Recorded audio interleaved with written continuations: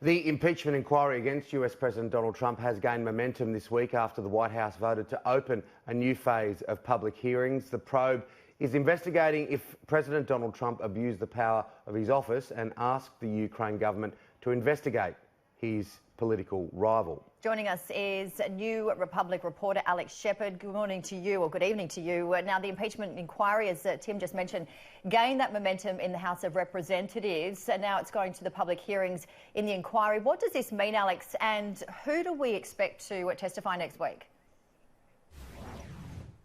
So this is basically the first, major step in the impeachment process. Before, the Democrats were conducting a sort of very careful closed-door investigation. They were bringing in witnesses who had sort of direct contact with the president as he was working on his Ukraine policy.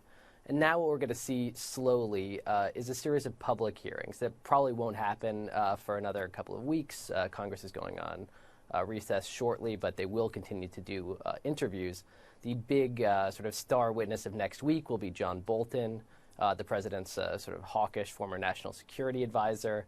He was one of the people who seemed to be particularly alarmed by the sort of way that President Trump and Rudy Giuliani were conducting Ukraine policy. There are questions about whether or not he will appear, but it's certain that he will be sort of a major figure in this trial going forward.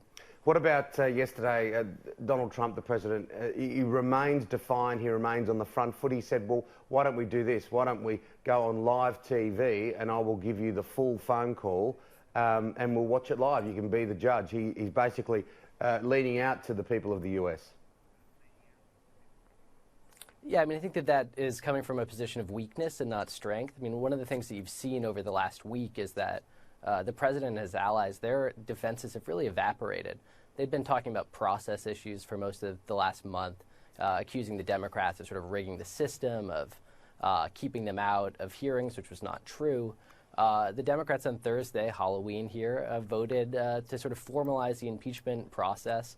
And in doing so, they took away that card. So now what you're seeing the president and his defenders do is, one, sort of loudly shout that he did nothing wrong, which I think is debatable. And then two, you see a series of other questionable tactics. I think, most people who have read this transcript have come to the conclusion, which is fairly clear, that the president is offering a quid pro quo with Ukrainian President Zelensky.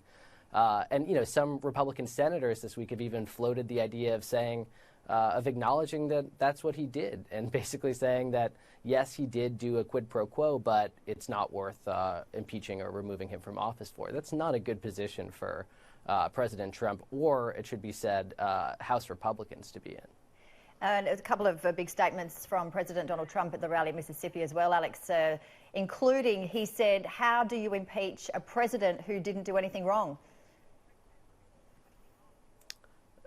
It would certainly be an interesting question if it were true.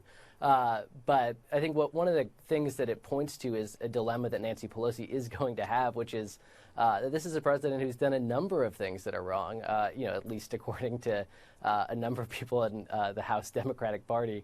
And, Pelosi herself has tried to keep impeachment sort of narrowly focused and moving quickly on the issue of this quid pro quo with Ukraine.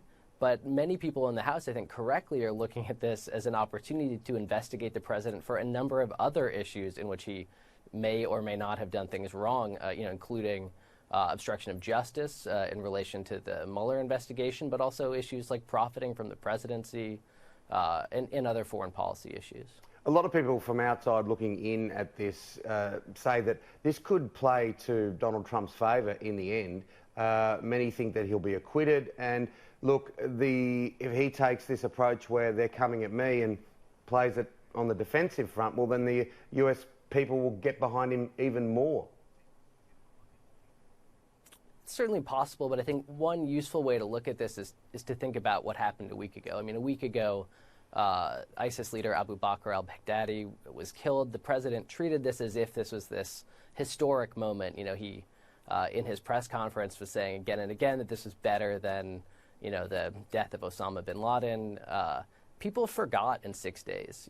They are now focused on this impeachment inquiry, which is, enveloping the entire administration. I think it's likely that he will be acquitted by the Senate, just given the way that Republicans have voted. They're maintaining as a bloc. I think it's far more likely that you'll see 2 or 3 Republicans defect than you'll see 30, right? Those are probably the 2 options. But the idea that he'll be strengthened from this process, I'm not quite sure about either. I think thus far, if you look at the polling, people do seem to be convinced that he committed a crime. Whether or not they think he should be removed from office is sort of a separate question. But one thing you're not seeing is people acting as if the president has been wronged by this process, as many did in 1998 when Bill Clinton was impeached. It's interesting, Alex. I was reading earlier this week on CNN, on your internet there, since Ronald Reagan, all presidents have been threatened with impeachment, but certainly only 2 have been impeached in history. Just getting a quick look at the latest of the 2020 Democrat candidates. Elizabeth Warren unveiling a $20.5 trillion plan to fund Medicare for all without a middle-class tax hike, but Joe Biden saying that Warren is making it up.